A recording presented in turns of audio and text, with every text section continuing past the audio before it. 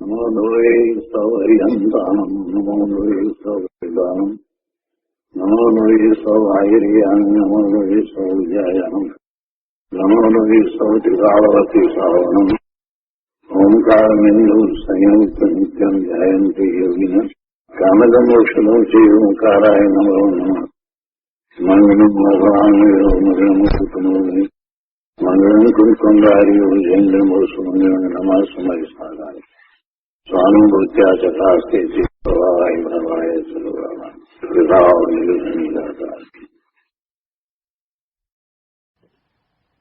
સમાધિ તંત્ર આચાર્ય ભગવાન પૂજ્યપાદ સ્વામી રચિત સમાધિ તંત્ર તથા શ્રી પ્રભાચંદ્રજી રચિત સમાધિ તંત્રની ટીકા એનો સ્વાધ્યાય આપણે કરીએ છીએ.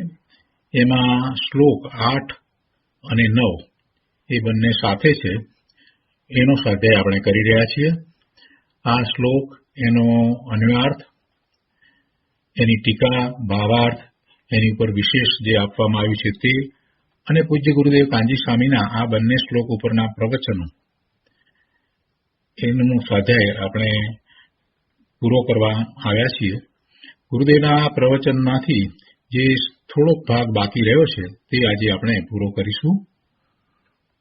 એ પહેલા આપણે સહેજ પુનરાવર્તન કરીએ તો 8મી અને 9મી ગાથા, 8મો અને 9મો શ્લોક, એની અંદર મૂળ વાત એ આવી કે આ 4 ગતિ અને 4 ગતિમાં એ ગતિને અનુરૂપ શરીર, એટલે કે મનુષ્ય ગતિ અને મનુષ્ય ગતિને અનુરૂપ મનુષ્યનું શરીર, એવી રીતે દેવ ગતિ, નારકી ગતિ અને તિર્યજની ગતિ, અને એ ગતિને અનુરૂપ જે શરીર છે તો એમાં એ સાથે રહેલો આત્મા એને જ એ પોતાનું સ્વરૂપ માને છે.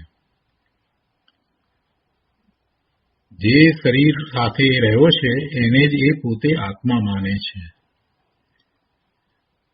પરંતુ વાસ્તવિક રીતે આત્માનું એવું સ્વરૂપ નથી.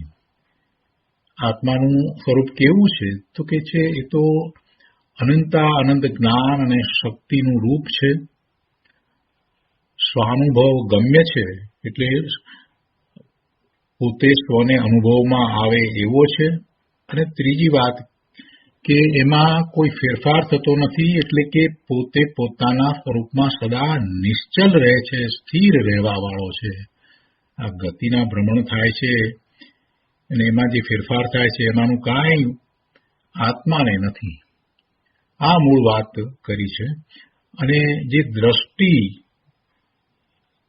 જે શ્રદ્ધા અનાદિની ચાલી આવે છે, એમાં તો એને એમ છે કે જે શરીર સાથે રહ્યો છે એ શરીર રૂપે જ પોતે છે, અથવા તો એ શરીર અને આત્મા બે મળીને પોતાનું અસ્તિત્વ છે. દેવ તરીકે જેને એ માને છે એ ખરેખર એ દેવ નથી. મનુષ્ય તરીકે માને છે, મનુષ્ય નથી. નારકી તરીકે માને છે, નારકી નથી. તિર્યજ તરીકે માને છે, તિર્યજ નથી. પણ એ બધા જ એક સરખા ભગવાન આત્મા છે. અને આત્માનું સ્વરૂપ તો જ્ઞાન, આનંદ, સુખ, શાંતિ, નિર્મળતા, સ્વચ્છતા, પ્રભુતાથી ભરેલું છે. કેમ કે એવા અનંત ગુણનો સમૂહ, અનંત ગુણનો પિંડ એવો ભગવાન આત્મા છે. અને એ આત્મા ઇન્દ્રિય દ્વારા ખ્યાલમાં આવતો નથી. એ અતિન્દ્રિયપણે પોતાને જ અનુભવમાં આવે છે. અને આ જીવ અનાદિથી ઇન્દ્રિય દ્વારા જ્ઞાન કરે છે, એટલે એને શરીર સાથે એકત્વ છે અને શરીર રૂપે જ એ પોતાનું અસ્તિત્વ માને છે.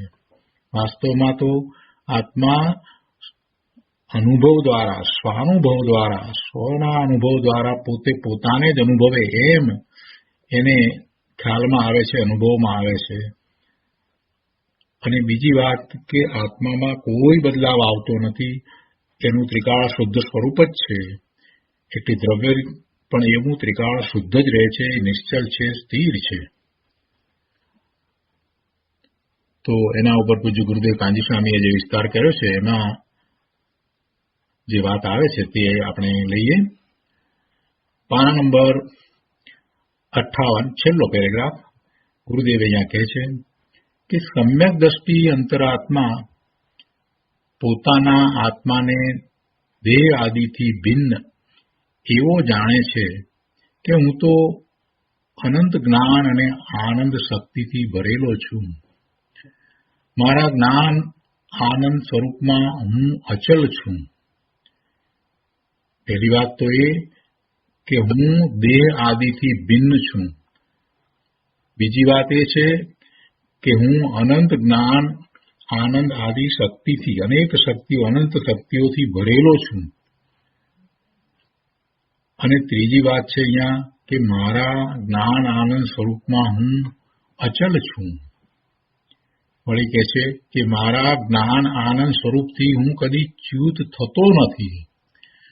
બહારમાં ગમે તેટલી પર્યાય બદલાય છતાંય હું મારા સ્વરૂપથી કદી ચ્યુત થતો નથી.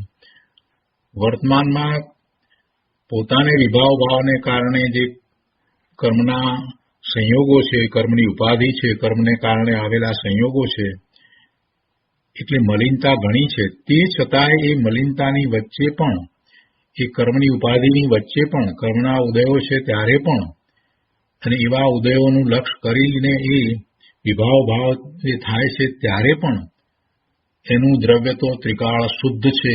અને એ શુદ્ધ દ્રવ્ય એવું પોતાનું સ્વરૂપ, અંદરમાં એવું શુદ્ધ પરિણમન ચાલી રહ્યું છે એવું પોતાનું સ્વરૂપ, એવા સ્વરૂપથી આ આત્મા ક્યારેય ચ્યુત થતો નથી, થયો નથી, થશે નહીં.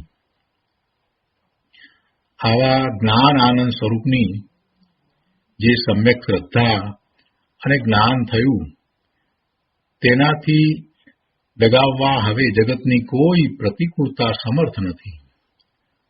એટલે કે જ્યારે એને સ્વાનુભૂતિપૂર્વક પોતાના જ્ઞાન આનંદ સ્વરૂપની સાચી શ્રદ્ધા થઈ, સમ્યક શ્રદ્ધા થઈ અને પોતાનું જ્ઞાન થયું, સ્વનું જ્ઞાન થયું, તો અનુભવ સહિતની આવી શ્રદ્ધા અને જ્ઞાન છે તો હવે જગતની કોઈ પ્રતિકૂળતા કે કોઈ બીજી કોઈ વાત, કોઈ પ્રલોભન વગેરે પણ એને એની એ સમ્યક શ્રદ્ધામાંથી દગાવવા માટે સમર્થ નથી.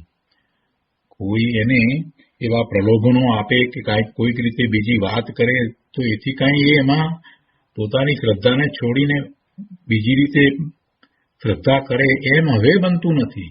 કેમ કે એને એવો પોતાના આત્માનો અનુભવ કર્યો છે. અતિન્દ્રિયપણે આત્માનો અનુભવ થયા પછીથી, અંદરમાંથી આવતા અલૌકિક આનંદનું વેદન થયા પછીથી હવે જે શ્રદ્ધા થઈ છે એ સમ્યક શ્રદ્ધા થઈ છે. અને આ શ્રદ્ધા કાયમ રહે છે, એ શ્રદ્ધા જતી નથી. એટલે બહારમાં ગમે તેવી પ્રતિકૂળતાઓ હોય કે પ્રલોભનો હોય કે કાંઈ પણ હોય, તે છતાંય હવે એ બધું એને એની એ શ્રદ્ધામાંથી ડગાવવા માટે સમર્થ નથી. જ્ઞાન સ્વરૂપના આશ્રયે જે સમ્યક શ્રદ્ધા જ્ઞાન થયા તે હવે આત્માના જ આશ્રયે અચલ ટકી રહે છે. જો જે શ્રદ્ધાને જ્ઞાન થયા એ વખતે જેવું આત્માનું ત્રિકાળ શુદ્ધ સ્વરૂપ હતું, એ ત્રિકાળ સ્વરૂપ અત્યારે પણ એમ જ છે. કેમ કે ત્રણેય કાળે એવું જ રહે છે. એટલે આત્માના આશ્રયે એ શ્રદ્ધા અચલ ટકી રહે છે. આત્મા પોતે સ્વરૂપથી ક્યારેય ચલિત થતો નથી. તો એનો જ્યારે આશ્રય કરવામાં આવે ત્યારે એ શુદ્ધપણે જ અનુભવમાં આવે છે. એના અનંત ગુણોનું નિર્મળ શુદ્ધ પરિણમન જ એને અનુભવમાં આવે છે. એટલે ગમે ત્યારે એ આત્માનો આશ્રય કરે, ભૂતકાળમાં એને નથી કર્યો પણ વર્તમાનમાં કરે અને એક વખત અનુભવ થાય તો પછી જ્યારે બીજી વખતે પણ એવો આત્માનો આશ્રય કરે છે, એમાં એકાગ્રતા કરે છે, તો એવો જ અનુભવ થાય છે. માટે એની શ્રદ્ધા અચળ થઈ જાય છે. હવે એ શ્રદ્ધામાં કાંઈ ફેર પડતો નથી. એટલે આત્માના જ આશ્રયે અચલ ટકી રહે છે. એની શ્રદ્ધા જ્ઞાન થયાથી હવે આત્માના જ આશ્રયે અચલ ટકી રહે છે. કોઈ સંયોગના કારણે શ્રદ્ધા જ્ઞાન ચલાયમાન થતા નથી. આવા સ્વસંવેદનથી આત્માના વાસ્તવિક સ્વરૂપની ઓળખાણ કરવી તે બહિરાત્મપણાથી છૂટવાનો અને અંતરાત્મા એટલે કે ધર્માત્મા થવાનો ઉપાય છે. અને પછી આત્માના ચૈતન્ય સ્વભાવમાં જ લીન થઈને પોતે પરમાત્મા બની જાય છે. આ રીતે આખો મોક્ષ માર્ગ ગુરુદેવે અહીંયા દર્શાવી દીધો. કેમ? એ એક વખત સમ્યક દર્શન થયા પછીથી પરમાત્મા થાય છે અને પડતો નથી, એનું કારણ પણ સાથે સમજાવી દીધું.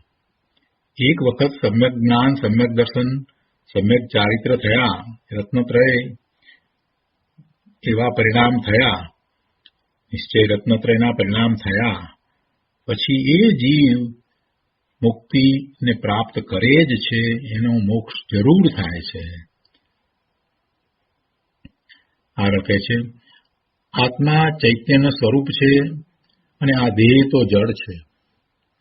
આત્મા અને શરીર એક જગ્યાએ સાથે રહેલા હોવા છતાં બંનેના પોતપોતાના ભાવો જુદા છે. જો જુદી રીતે ગુરુદેવ અહીંયા એક વાતને સમજાવે છે, ભેદ જ્ઞાન કરાવે છે. કહે છે કે બે વસ્તુ સાથે રહી હોય પણ બંનેના ભાવ તો એના ગુણ પ્રમાણે હોય ને. કહે છે કે આત્મા અને શરીર એક જગ્યાએ સાથે રહેલા હોવા છતાં બંનેના પોતપોતાના ભાવો જુદા છે. શરીર જડ છે તો એ જડ ભાવે પરિણમે, આત્મા ચેતન છે તો એ ચેતન ભાવે પરિણમે. સાથે રહે એટલે કઈ એના ભાવ બદલાઈ જાય? ભાવ બદલાય નહીં. કેમ કે ભાવ તો એના ગુણનું પરિણમન છે. જે અંદરમાં ગુણ રહ્યા છે એ ગુણના પરિણમનને એનો ભાવ કહેવામાં આવે છે. ઉદ્ગળ દ્રવ્યનો વિચાર કરીએ, સોનું લઈએ તો સોનું એ સોનાના ભાવે છે. સોનાના ભાવે છે એટલે કે સોનું એની ચિકાસ, પીળાશ, એની ઘનતા એ બધું જેમ છે તેમ એવા જ ભાવે પરિણમી રહ્યું છે. એમાં ક્યારેય ફેરફાર થતો નથી. એટલે એ સોનાનો ભાવ છે. ચાંદી ચાંદીના ભાવે છે. એટલે દરેક દ્રવ્ય એનામાં રહેલા ગુણોના ભાવે રહે છે અને એ ગુણો તો સતત રહે છે. ગુણ ત્યારે જ કહેવાય કે એ દરેક અવસ્થાને વિશે રહે તો એને ગુણ કહેવાય. એટલે કોઈ પણ અવસ્થા એની બદલાય તો પણ એમાં એના ગુણો તો એવા ને એવા જ રહ્યા છે. સોનાની લગડી હોય તે સોનાની બંગડી બને તો એની અવસ્થા બદલાઈ કે એનો હાર બન્યો, છતાંય એ સોનાના હારમાં કે સોનાની બંગડીની અંદર પણ સોનાના જ ગુણ છે. એટલે સોનું સોનાના ભાવે જ પરિણમે છે. ભલે અવસ્થા બદલાય તે છતાં પણ, કેમ કે ગુણોનું પરિણમન છે, એ એનો ભાવ છે. જેમ પાણી સ્વભાવ શીતળ છે, અગ્નિનો સ્વભાવ ઉષ્ણ છે, એવી રીતે દરેક દ્રવ્યોમાં જે ગુણ છે એ ગુણ પ્રમાણે એનો ભાવ છે અને એનો સ્વભાવ કહેવાય, એનો ભાવ કહેવાય. એટલે દરેક સ્થિતિમાં પણ એમ હોય. એની સ્થિતિ બદલાય છતાં એ એમ જ રહે છે.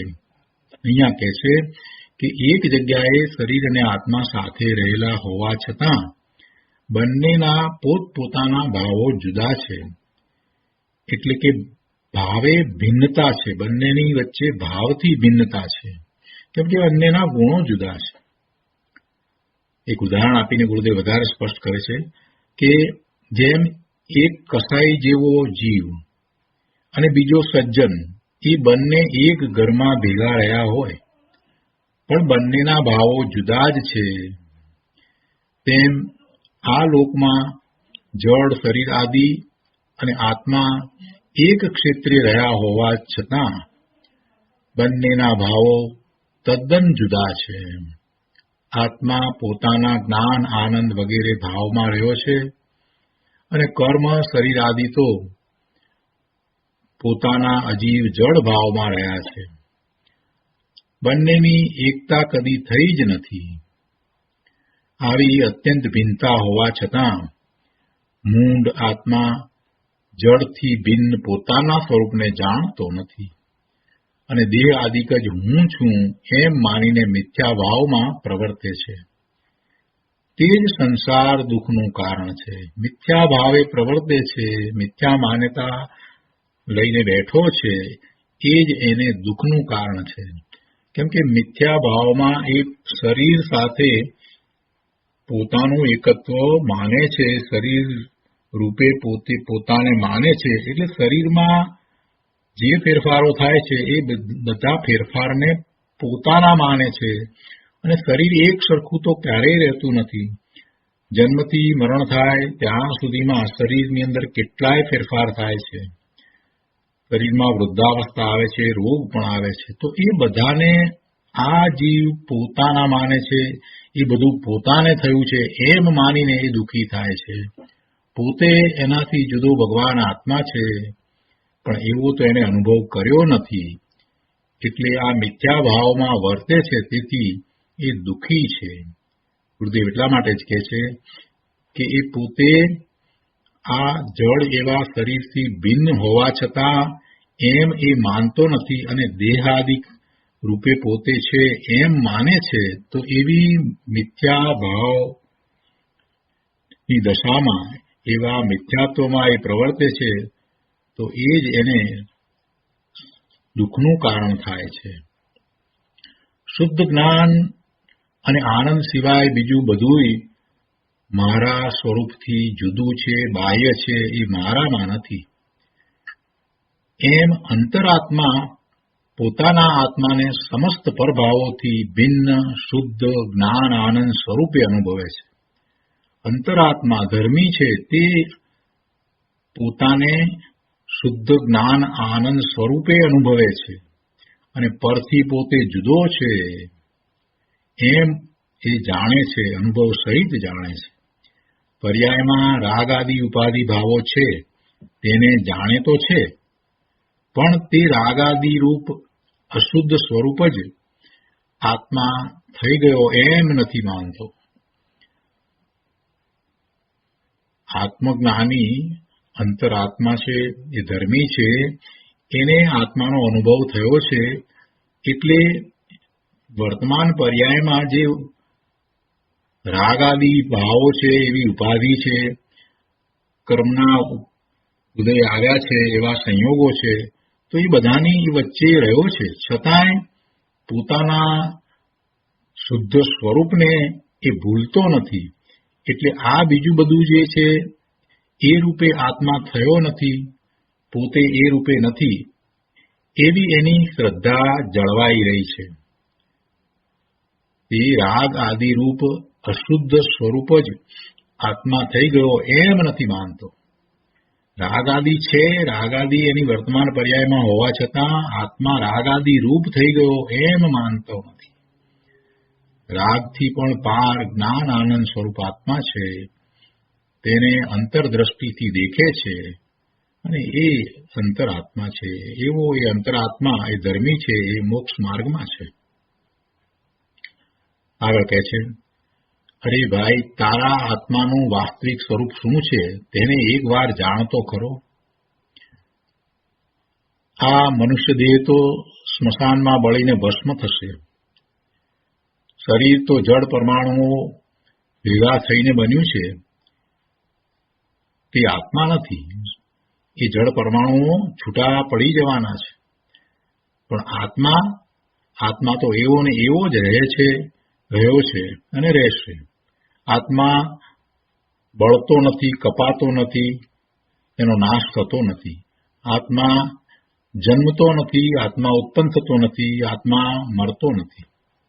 આત્મા તો ત્રિકાળ એક સરખો એવો ને એવો જ રહે છે.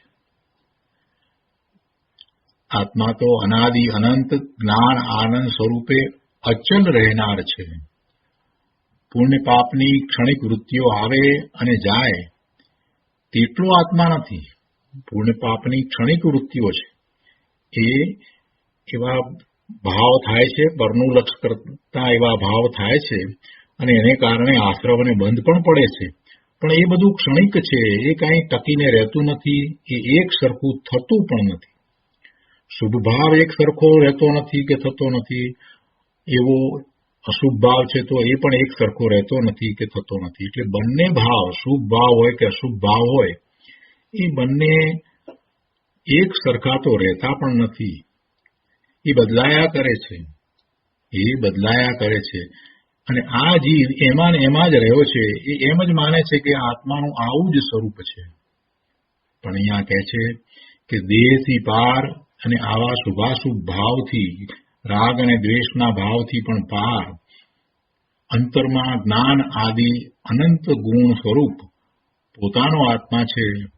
અને તેની સાથે એકતા કરીને તેના આનંદનું જ્યાં સ્વસંવેદન કર્યું ત્યાં બાહ્ય પદાર્થો અંશ માત્ર પોતાના ભાસતા નથી.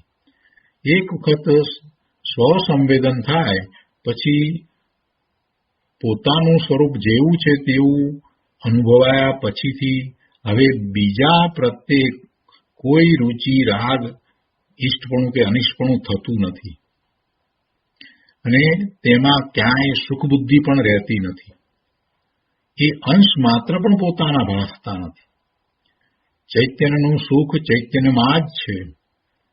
ચૈતન્યનું સુખ બહારમાં નથી, બીજે ક્યાંય એનું સુખ નથી. ચૈતન્યનું સુખ ચૈતન્યમાં છે, ચૈતન્યની બહાર નથી.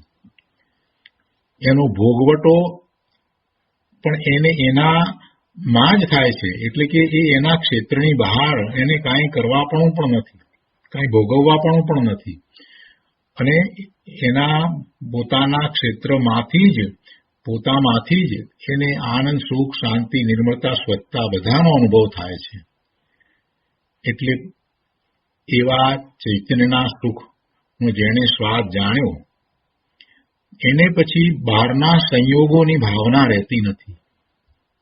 બહારમાં જે સંયોગો છે એની કોઈ આસક્તિ, ઈચ્છા એને થતી નથી. અજ્ઞાનીને અંતરના ચૈતન્યના આનંદના સ્વાદની ખબર નથી.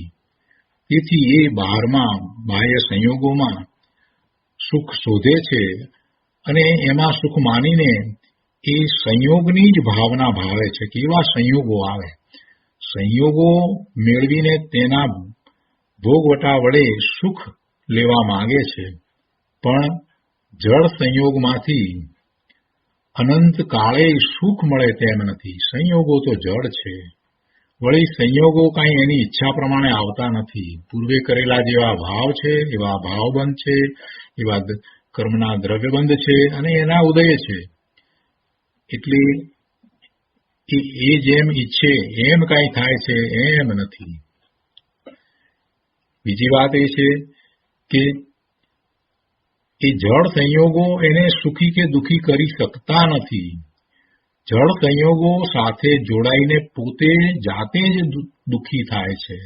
સંયોગો તો સંયોગોમાં રહ્યા, સંયોગો એને ન તો સુખી કરે છે કે ન તો દુઃખી કરે છે.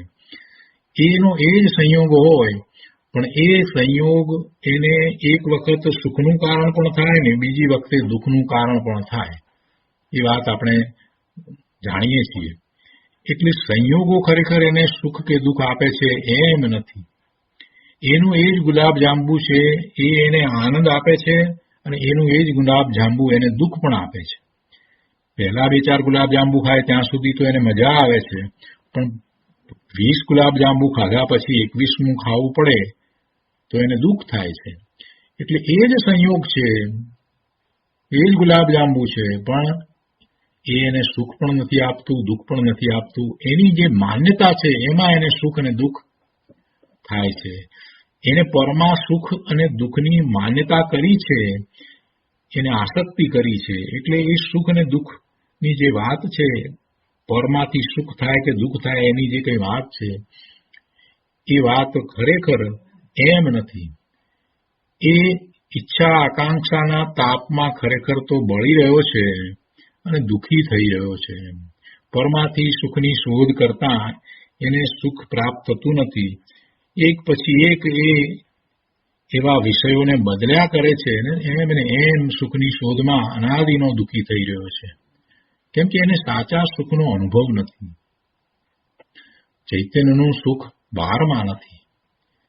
અજ્ઞાની જીવ બાહ્ય સંયોગ તરફના રાગ, દ્વેષ, હર્ષ, શોકનું જ વેદન કરે છે.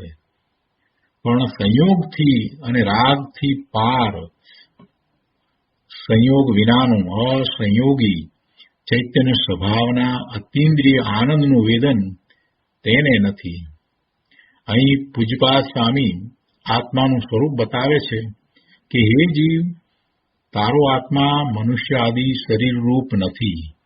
મનુષ્ય રૂપ પણ નથી ને દેવ રૂપ પણ નથી, તિર્યંચ રૂપ પણ નથી અને એકેન્દ્રિય રૂપ પણ નથી. તારો આત્મા નારકી રૂપ પણ નથી.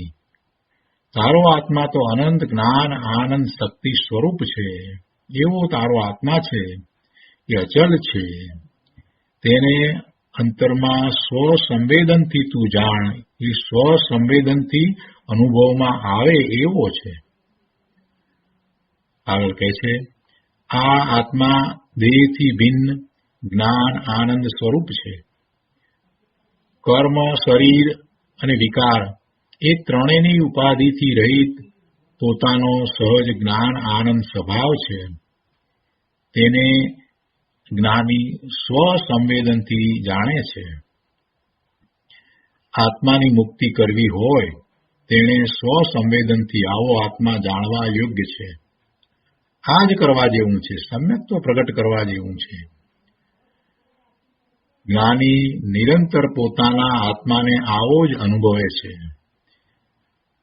એટલે કે એક વખત સ્વાનુભૂતિ થયા પછીથી પોતા વિશેની જે માન્યતા શ્રદ્ધા છે એ હવે સમ્યક થઈ જાય છે. એટલે નિરંતર પોતાને માટે તો એ એમ જ શ્રદ્ધા કરે છે કે પોતે જ્ઞાન આનંદ સ્વરૂપ છે, પોતે મલિનતા વિનાનો છે, પોતે સિદ્ધ સમાન શુદ્ધ છે.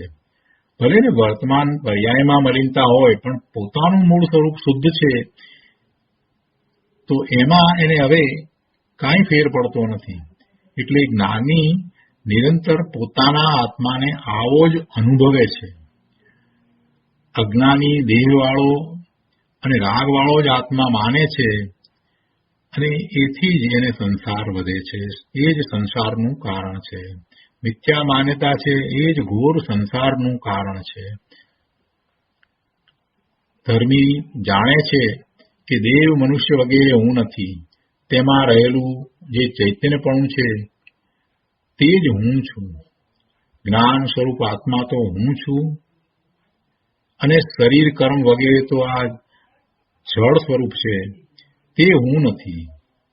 જ્ઞાન સ્વરૂપ આત્મા તો હું છું અને આ શરીર અને કર્મના ઉદયો એ બધું જળ સ્વરૂપ છે અને હું જળ સ્વરૂપ નથી. હું જ્ઞાન સ્વરૂપ ચેતન છું. રાગ પણ ઉપાધિરૂપ ભાવ છે. તે મારા જ્ઞાન દર્શન સ્વરૂપથી જુદો છે, ભિન્ન છે. મારા જ્ઞાન દર્શન સ્વરૂપને અનુસરીને થતો એ ભાવ નથી. એવો જે ભાવ, એ શુભ હોય કે અશુભ હોય, તે મારા આત્માના ગુણને અનુસરીને થતો નથી. મારા જ્ઞાન દર્શન સ્વભાવને અનુસરીને થતો નથી.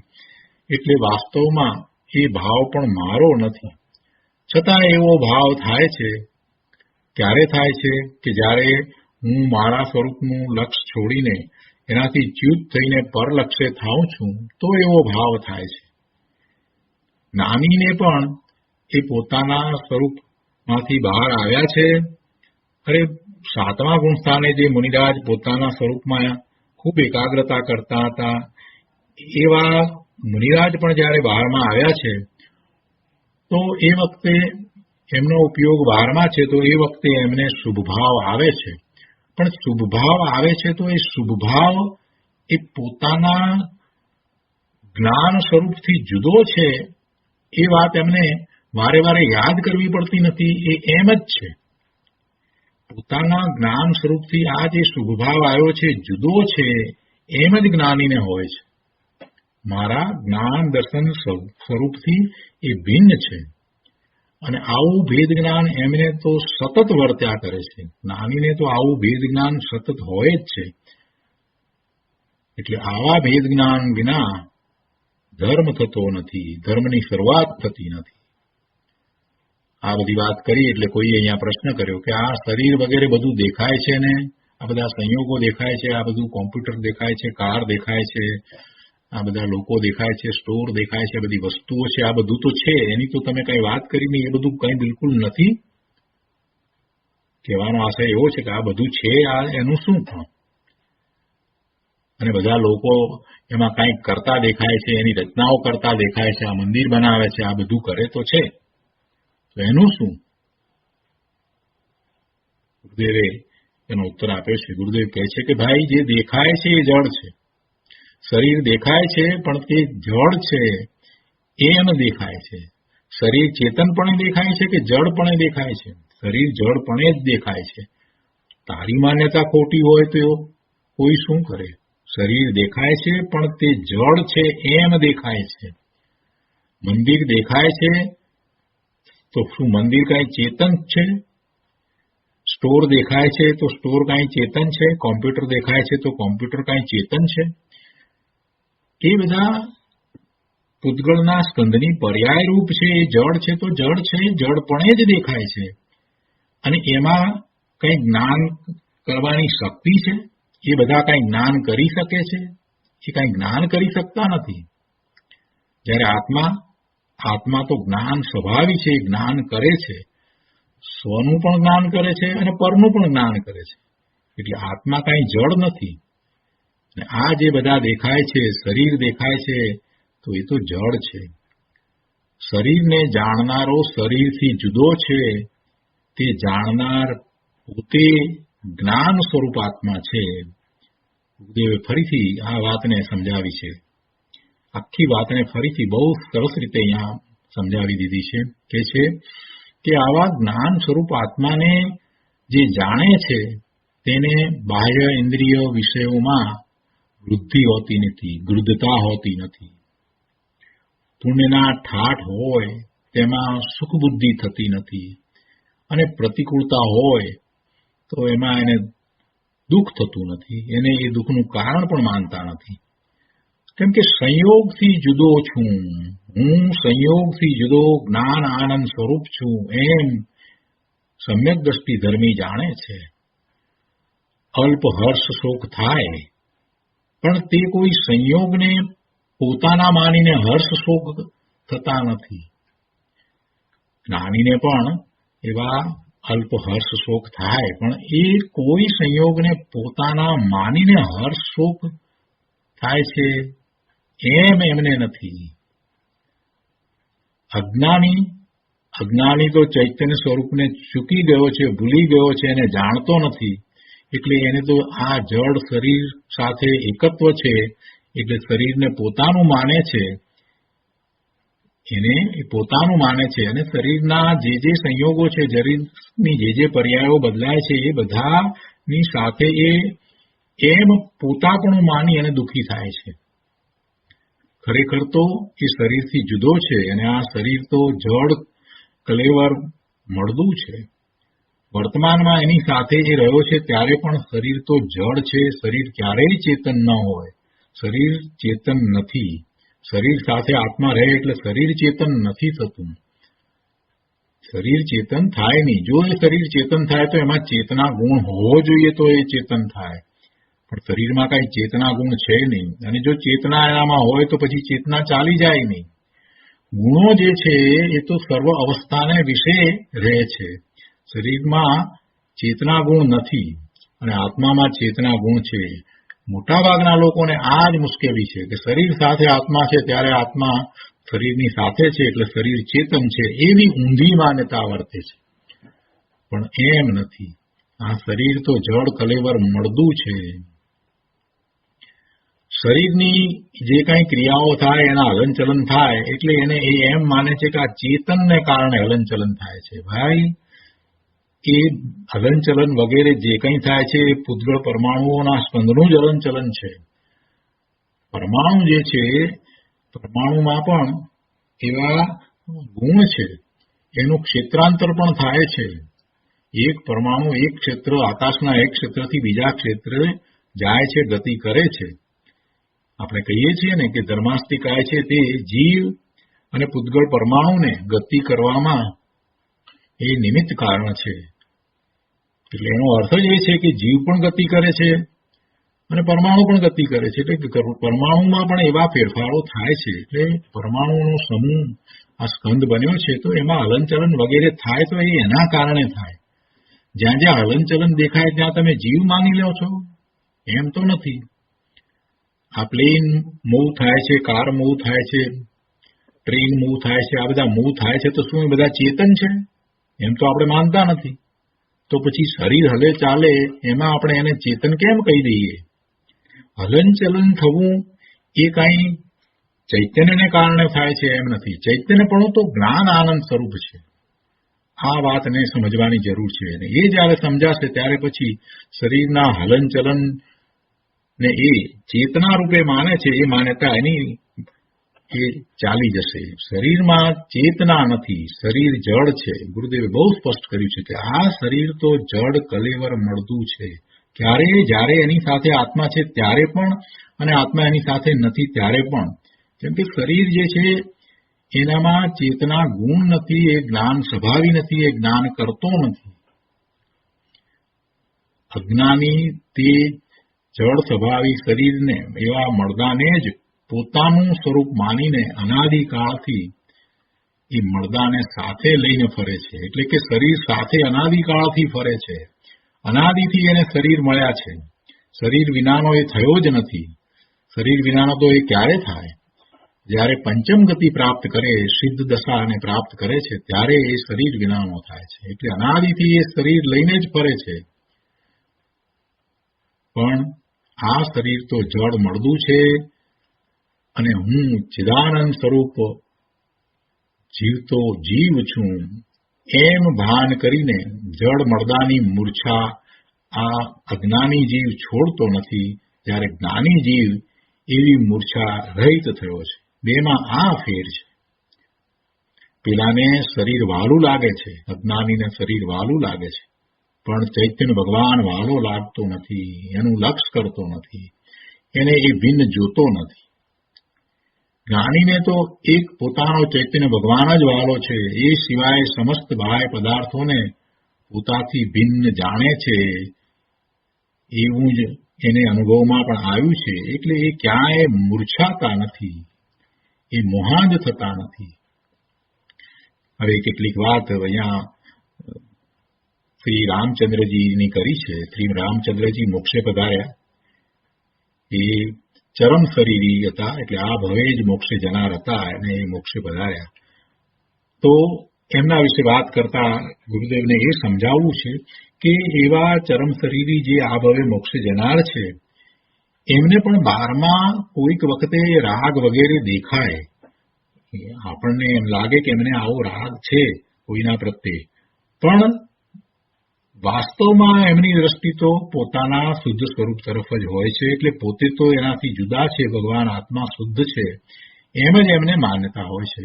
એટલે એમણે અહીંયા ગુરુદેવે એમની વાત લીધી છે કે શ્રી રામચંદ્રજી ધર્માત્મા છે, ચરમ શરીરી છે, એ જ ભવે મોક્ષ જનારા છે.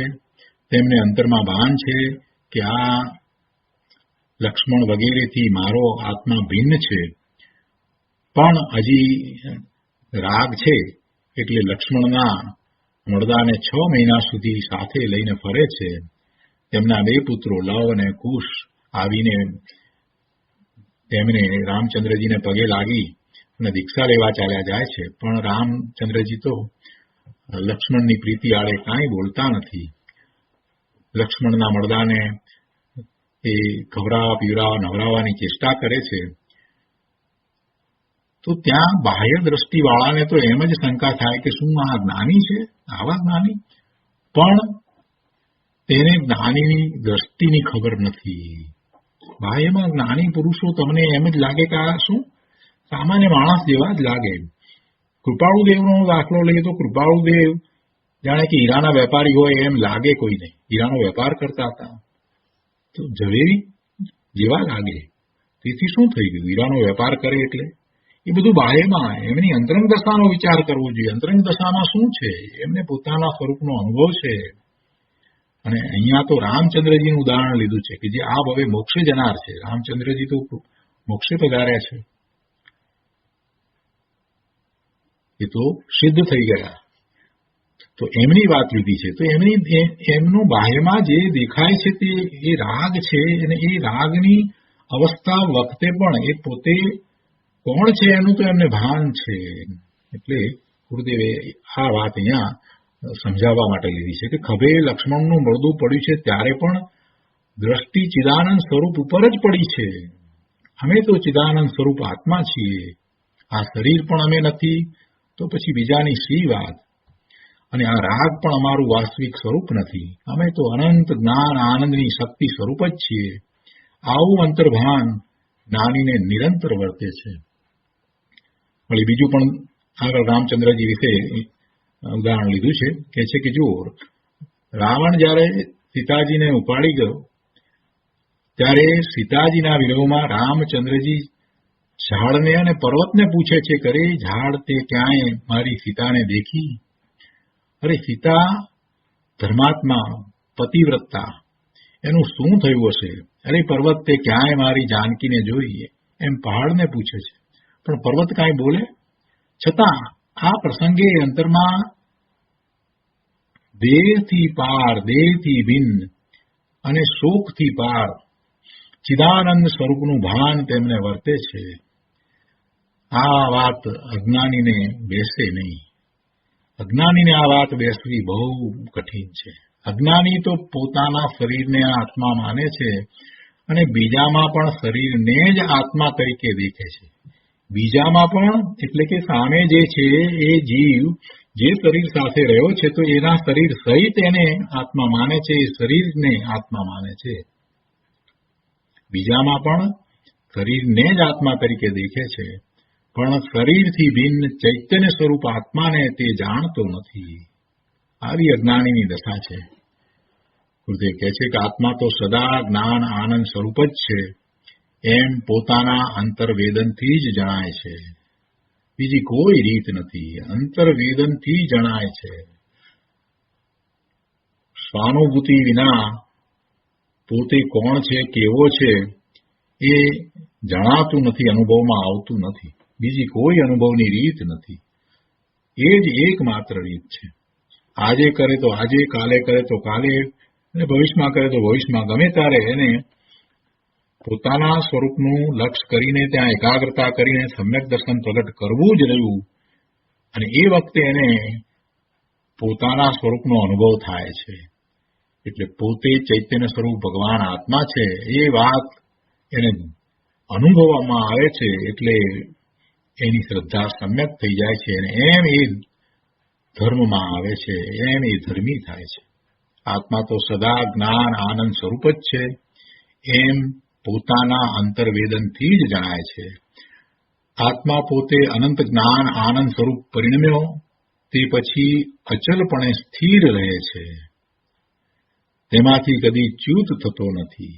એક વખત આવું સ્વરૂપ અનુભવમાં આવ્યું પછી એમાં કોઈ બદલાવ આવતો નથી. ભલે ને બહારમાં ગમે તે કરતા દેખાય, એવા જ્ઞાની બહારમાં હોય ત્યારે થોડાક રાગમાં પણ દેખાય અને ચોથા ગુણ સ્થાનની દશામાં હોય તો ક્યારેક ક્રોધમાં પણ દેખાય, બધું દેખાય, પણ અંદરમાં પોતે કોણ છે એનું ભાન છે. એટલે એ તો હવે પોતાને આ ગતિરૂપ માનતા જ નથી. એટલે એ રીતે એ અચલપણે સ્થિર રહે છે. આત્મા ક્યારેય એ સ્થિરતાથી ડગ્યો નથી. એટલે અહીંયા કહે છે કે આત્મા પોતે અનંત જ્ઞાન આનંદ સ્વરૂપ પરિણમ્યો તે પછી અચલપણે સ્થિર રહે છે. તેમાંથી કદી ચ્યુત થતો નથી. માટે આવા જ્ઞાન આનંદ સ્વરૂપ આત્માને જાણવો, એને અનુભવવો અને દેહમાં આત્મબુદ્ધિ છોડવી. તો આ રીતે આ 8મો અને 9મો શ્લોક એનો વિસ્તાર પૂરો થાય છે. હવે એ પછીથી અજ્ઞાની બીજાને પણ દેહ બુદ્ધિથી જ દેખે છે એનો શ્લોક છે, શ્લોક 10મો. તો આપણે 10મો શ્લોક લઈએ સમાધિ તંત્રમાંથી.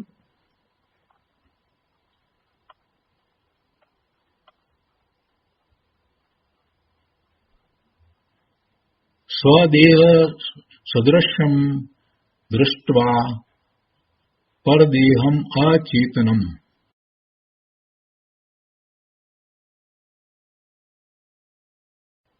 પરાત્માધિષ્ઠિતમ મૂઢઃ પરત્વેન અધ્યવસ્યતિ. ગુજરાતીમાં શ્લોક છે, નિજ શરીર સમ દેખીને પરજીવ યુક્ત શરીર, માને તેને આત્મા બહિરાત્મ મૂંઢ જીવ. અન્વયાર્થમાં કહે છે કે મૂંઢ એટલે અજ્ઞાની બહિરાત્મા, પરમાત્મા દિષ્ઠિતમ બીજાના આત્મા સાથે રહેલા, અચેતનમ અચેતન ચેતના રહિત પર દેહમ એટલે બીજાના શરીરને, સ્વદેહ સદૃશ્યમ પોતાના શરીર સમાન, દ્રષ્ટવા એટલે જોઈને, પરત્વેન અધ્યવસ્યતિ બીજાના આત્મા રૂપે માને છે. અજ્ઞાની બહિરાત્મા બીજાના આત્મા સાથે રહેલા અચેતન ચેતના રહિત એ બીજાના શરીરને પોતાના શરીર સમાન જોઈને બીજાના આત્મા રૂપે માને છે. સદૃશ્ય શબ્દ મૂક્યો છે ને, એટલે કે જેમ પોતાનું જેવું શરીર છે એવી જ રીતે પેલાનું શરીર છે. પોતાને એ શરીર સહિત આત્મા માને છે, એટલે પોતાનું શરીર છે એ જ એક પોતાનો આત્મા છે. તો સામે જે શરીર દેખાય છે એ શરીરને એ જેનું દેખાય છે એનો એ આત્મા છે, અથવા તો એ આત્મા છે, એ શરીર જ આત્મા છે એમ એ માને છે. પોતાને શરીર રૂપે જાણે છે તો એવી રીતે બીજાને પણ શરીર રૂપે જ જાણે છે. પોતે શરીર રૂપે છે એમ માને છે તો બીજો પણ શરીર રૂપે જ છે એમ માને છે.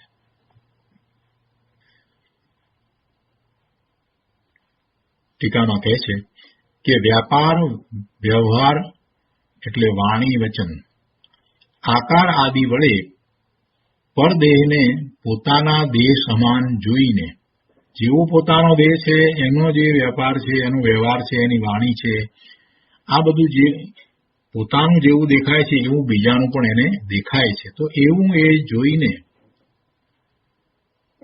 કર્મવશાત બીજાના આત્માથી અધિષ્ઠિત સ્વીકૃત અચેતન પરના દેહને ચેતનાયુક્ત જોઈને બહિરાત્મા તેને પરપણારૂપ અર્થાત પરના આત્મા રૂપે માને છે. કર્મને કારણે એ બીજાનો જે દેહ છે, બીજો જે આત્મા છે એના કર્મને કારણે એને એવું નામ કર્મ છે, તો એવો જ એનો પણ દેહ છે, એને પણ એવું શરીર છે.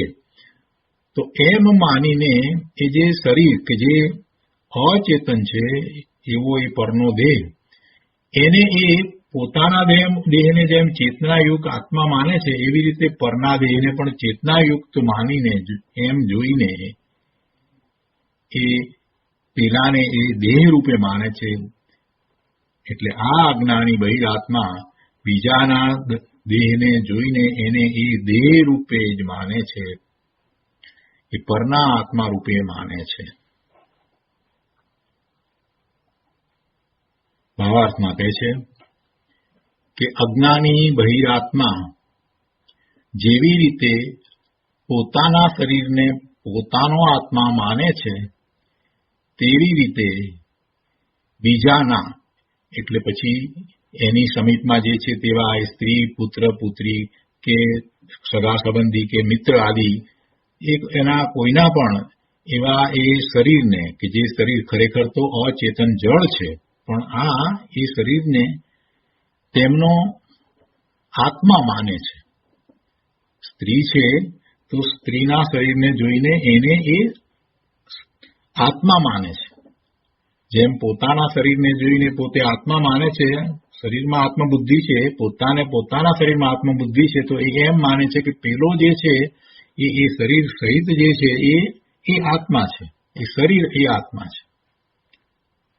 આવી એની ઊંધી માન્યતા છે. જેવી પોતાના શરીર વિશે પોતાને માન્યતા છે એવી એ માન્યતા બીજા અન્ય જીવને માટે પણ કરે છે. એને પણ શરીર એ જ આત્મા એમ એ માને છે. વળી કદાચ એના અંતરમાં એમ પણ છે કે પેલો પણ એમ માનતો હશે, પેલો પણ એમ જ માનતો હશે, તો આનો આગળ વધુ વિસ્તાર કરતા અહીંયા વિશેષની અંદર કહે છે કે જેમ પોતાના શરીરનો નાશ થતા બહિરાત્મા પોતાનો નાશ સમજે છે, તેમ સ્ત્રી, પુત્ર, મિત્ર આદિના શરીરનો નાશ થતા તે તેમના આત્માનો નાશ સમજે છે. શું કહ્યું? જેમ પોતાના શરીરનો નાશ થતા આ બહિરાત્મા મિથ્યા દ્રષ્ટિ પોતાનો નાશ થયો એમ સમજે છે, અને એવી જ રીતે પેલા સ્ત્રી, પુત્ર, મિત્ર આદિના શરીરનો નાશ થતા તેમના આત્માનો નાશ થયો એમ સમજે છે. એવી રીતે તે પોતાના શરીરમાં આત્મબુદ્ધિ, આત્મકલ્પના કરી દુઃખી થાય છે, અને બીજાઓ પણ શરીરની પ્રતિકૂળતાના કારણે દુઃખી થાય છે એમ માને છે.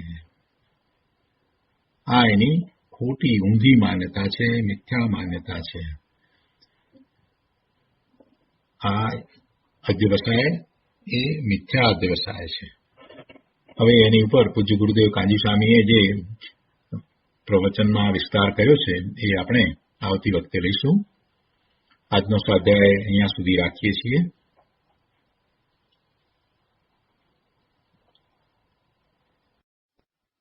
હવે સુખધામ બોલીએ.